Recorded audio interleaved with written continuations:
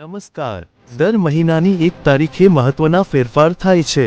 તો હવે 1 ઓક્ટોબર 2025મી દેશભરમાં ઘણા ફેરફાર લાગુ થવાના છે, જેની સીધી અસર સામાન્ય લોકો પર પડશે।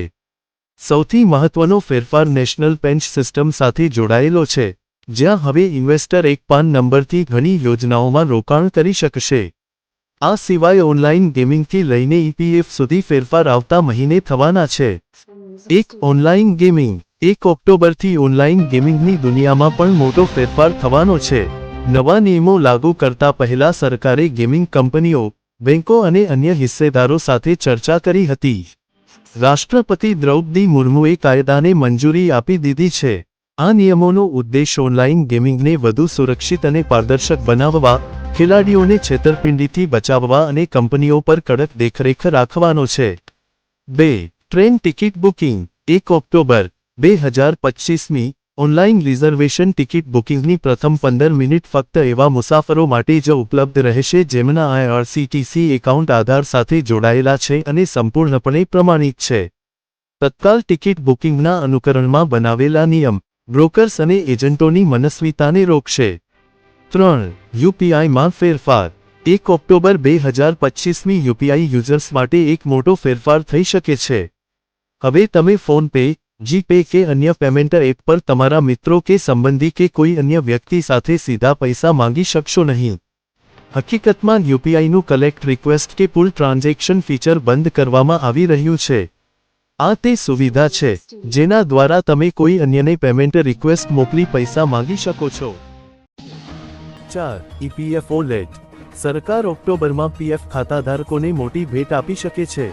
10. 11 ઓક્ટોબરે યોજાનારી એક મહત્વપૂર્ણ બેઠકમાં એક પ્રસ્તાવ રજૂ કરવામાં આવશે, જેમાં ગ્રાહકોને એટીએમ દ્વારા તેમના પીએફ ખાતામાંથી સીધા પૈસા ઉપાડવાની મંજૂરી આપવામાં આવશે।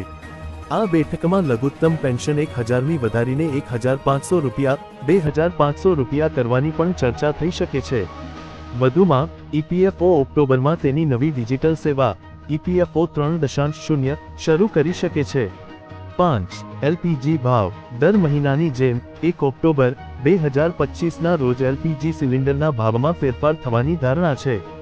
ગયા મહિને તે 1631 રૂપિયા 50 પૈસાથી ઘટીને 1580 રૂપિયા થઈ ગયા। જો કે, જીએસટી દરોમાં તાજેતરમાં ઘટાડા છતાં ગેસ સિલિન્ડરના ભાવ યથાવત રહ્યા છે। 6. એનપીએસમાં થશે ફેરફાર pension fund regulatory and development authority PFRDA એ નેશનલ પેન્શન સિસ્ટમ એનપીએસમાં એક મોટો સુધારો રજૂ કર્યો છે, જેનો અમલ 1 ઓક્ટોબર 2025ની થશે। મલ્ટિપલ સ્કીમ ફ્રેમવર્ક તરીકે ઓળખાતો આ સુધારો હવે બિનસરકારી ક્ષેત્રના કર્મચારીઓ, કોર્પોરેટ પ્રોફેશનલ્સ અને ગીગ વર્કર્સને એક જ પેન નંબરનો ઉપયોગ કરીને બહુવિધ યોજનાઓમાં રોકાણ કરવાની મંજૂરી આપશે। આનાથી રોકાણકારો તેમના નિવૃત્તિ આયોજનને મજબૂત અને સુરક્ષિત બનાવી શકશે। 7.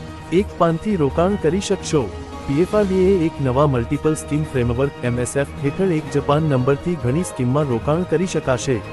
પહેલા માત્ર એક જ સ્કીમમાં રોકાણની મંજૂરી હતી, પરંતુ હવે ઇન્વેસ્ટર પોતાની સુવિધા અને જોખમ ક્ષમતા પ્રમાણે વિકલ્પ પસંદ કરી શકશો।